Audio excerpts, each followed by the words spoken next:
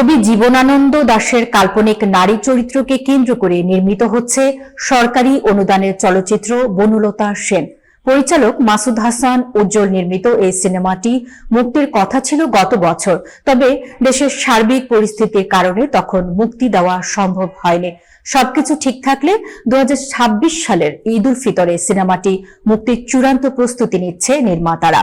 সিনেমাটির নাম ভূমিকায় অভিনয় করছেন সময়ের আলোচিত অভিনেত্রী মাসুমা রহমান নাবিলা। তবে বনলতা সেন চরিত্রে অভিনয়ের পথটা তার জন্য সহজ ছিল না। জানা গেছে শুরুতে তাকে সিনেমাটিতে অন্য একটি চরিত্রের প্রস্তাব দেওয়া হয়েছিল, কিন্তু নাবিলা সে প্রস্তাবে রাজি হননি। তিনি স্পষ্টভাবে নির্মাতাকে জানান বনলতা সেন চরিত্রটি তিনি করতে চান। এরপর 3 দফা চ্যালেঞ্জিং অডিশনের মাধ্যমে নিজের যোগ্যতা প্রমাণ করে চরিত্রটি বাগিয়ে নেন নাবিলা। নির্মাতার সূত্র জানায়, চরিত্রটির জন্য অভিনয় দক্ষতার পাশাপাশি কবিতার আবহ ও চরিত্রের গভীরতা বোঝার সক্ষমতাকেও গুরুত্ব দেওয়া হয়েছে। এই সিনেমায় কবি জীবনানন্দ দাশের চরিত্রে অভিনয় করছেন খায়রুল বাশার।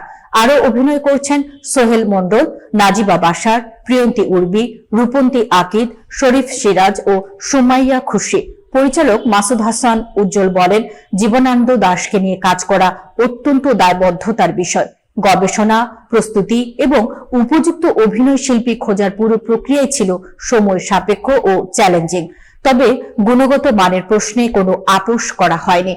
এবারের ঈদে প্রিন্স, দম, রাক্ষস, বনলতা এক্সপ্রেস ও পিনিক এর মতো সিনেমার ভিড়ে নাবিলার বনলতা সেন দর্শকের কাছে কতটা সাড়া ফেলতে পারে সেটাই এখন দেখার অপেক্ষা।